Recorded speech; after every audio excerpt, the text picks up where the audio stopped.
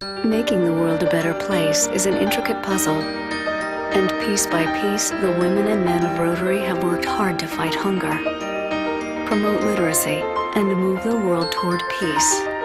But there is still much to be done, still some missing pieces. And one of those missing pieces is you.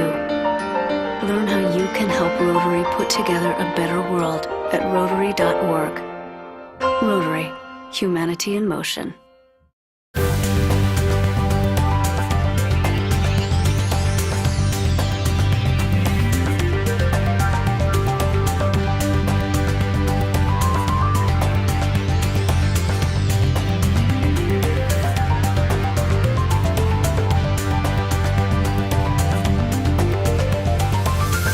Hello, welcome to This Is Rotary.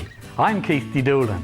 Over the next 8 weeks, join me as we take a closer and in-depth look at the world of Rotary, what it's doing locally and internationally.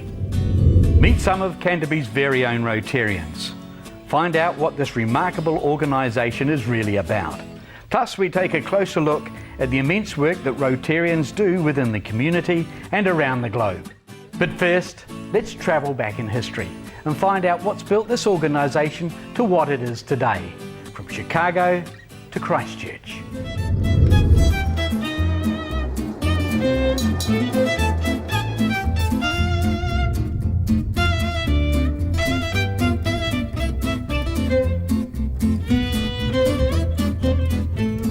We've got to go right back to the year 1905 and visit Chicago, because that's the date and the place that Rotary was initiated. It began with 3 people: a tailor, a mining engineer, and a lawyer by the name of Paul Harris. Life in Chicago was a pretty lonely existence. It was a big city, and these young men didn't know their way around, they didn't know other people, and so they started to meet in each other's offices once a week, talk about what was happening in their jobs, then go back to work. It gave them so much more confidence that they thought it should expand, and gradually other people joined them, other friends expanded in their friendship group. So they decided in 1905 to make it a formal grouping. The name of Rotary was given to this wee group because they were rotating from office to office each week, and so it took on a more formal structure when it was formed in 1905. 4 of us were in attendance. Mighty oaks from little acorns grow. The best way of envisaging what Rotary's on about is to look at the symbol, the wheel. Not only does it symbolise the idea of having meetings which rotated from place to place, but indicates that the aim overall of Rotary is to improve civilization, to make the world a better place. If we go further into looking at the wheel, we can see there are 6 spokes, and each of those spokes basically symbolises the values of Rotary. So A is for acquaintance, B is for business, C then is for community, D is for developing an understanding of the world and developing international goodwill. The next spoke would be that of giving service. In fact, our major motto is service above self.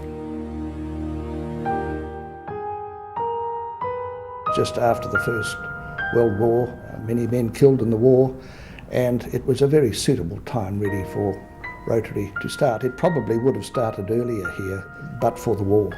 I think the time was very auspicious, and Rotary from the very outset set out to help in areas where there was a serious lack.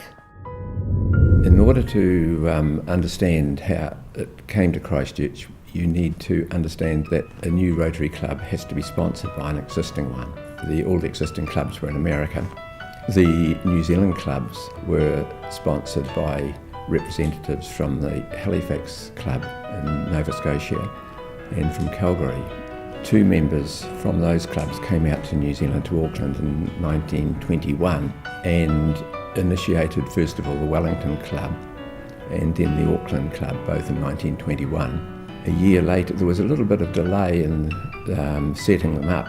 The world was emerging from post-World War II. It was in a period of slump, depression, lots of unemployment, and as a result, there was a reluctance on the part. It wasn't appropriate climate to form new Rotary clubs.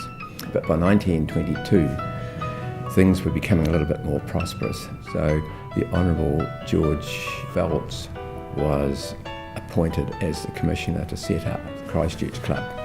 So the Christchurch Club was set up in 1922. Those three clubs, Auckland, Wellington and Christchurch, remained the major clubs for a number of years, and then each of those clubs was able to set up their own clubs. From there, you had a growth of clubs throughout. Busy looking learned and full of information and knowledge of Rotary. There were 43 charter members, and they did represent a major cross-section of Christchurch business and professional interests in the city in 1922 when the club started. There are such names as O.T.J. Alpers, who was a prominent barrister, C.P. Agar, later chairman of Farmers Co-op, Stanley Foster, a surgeon, George Francis, Pineapple Guinness, John Mackenzie, later Sir John Mackenzie, came down from Wellington and joined the club, and he finished up one of our very major, most prominent members, and a major benefactor through his association with Rotary. So the original members were in fact handpicked. Not all of them were able to stay, but some did, and really formed the backbone of the club at the time it started.